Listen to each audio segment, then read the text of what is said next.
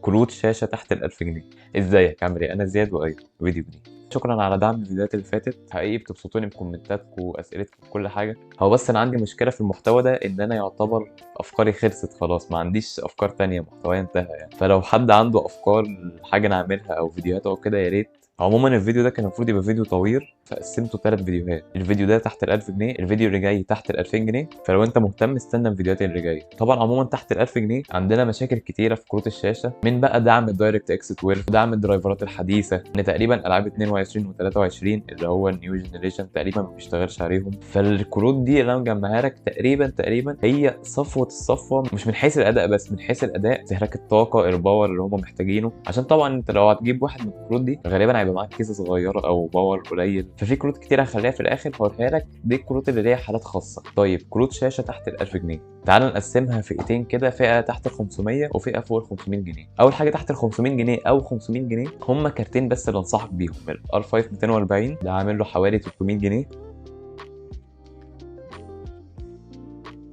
عموما انا ما بنصحش بالكروت دي اللي تحت ال 500 جنيه، لكن لو جبتهم هم هيدوك على قد السعر اللي انت دفعته. طيب نيجي بقى للحته اللي فيها كلام شويه، هي اللي فوق ال 500 جنيه. عندنا في المنطقه دي كارتين ب 700 جنيه وكارتين فوق ال 700 جنيه. الكارتين اللي ب 700 جنيه او 750، او ممكن السعر يختلف 50 جنيه او 100 جنيه ما بينهم. اول واحد هو الجي تي اكس 650 1 جيجا. الكارت ده لسه مقبول في الالعاب الاي سبورت، يعني الكروت دي هي الالعاب الاي سبورت، فورتنايت، فالورنت، روكيت ليج، الحاجات دي. وعموما الفئه دي كلها للالعاب اللي قبل 2020. طيب نيجي بقى للكارت الثاني وهو الاتش دي 7770 ال1 جيجا، عامل له حوالي 750 او 800 جنيه. الكارت ده تقريبا زي الجي تي 1030، فدول الكارتين يعتبروا معقولين قوي خصوصا بالسعر ده. نيجي بقى للكروت اللي انصحك بيها فعلا في الفئه دي، ان حتى لو انت معاك 500 600 جنيه، لا حاول تزود 200 300 هتاخد فرق اداء كبير جدا. فانا هكلمك في 3 كروت في الفئه دي، هو جي تي اكس 750 نسخه ال1 جيجا، ار 7 260، واتش دي 7850 ال1 جيجا. الكروت دي المفروض تكون عامله حوالي 900 جنيه، 1000 جنيه، كسر ال 1000 ب 50 جنيه، 1050 كده يعني. الثلاثه تقريبا نفس الاداء على حسب كل لعبه. ملحوظه بس، انا ما عنديش طبعا كل الكروت دي، عندي كارتين منهم بس تجارب الاداء اللي انت هتشوفها قدامك دلوقتي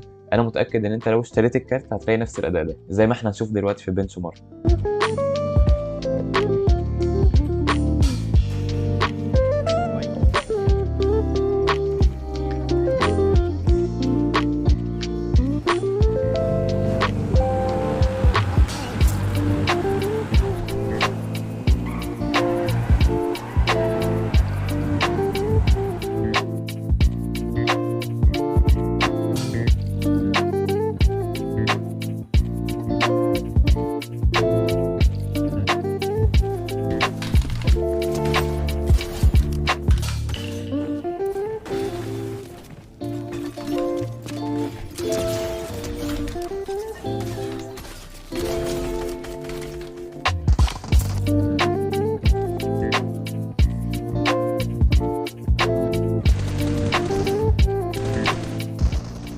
طيب انا عموما ما بنصحكش بالفئه اللي تحت ال 1000 جنيه دي خالص. ب 1300 1400 ممكن تاخد ضعف الاداء اللي انت شايفه دلوقتي، بس زي ما بقول لك على طول، لو مش هتعرف تزود عن المبلغ ده فانت هتتبسط بالسعر اللي انت دافعه. طبعا لو عندك اي سؤال، عندك اي استفسار، انا دايما معاك في الكومنتات. وبس، سلام.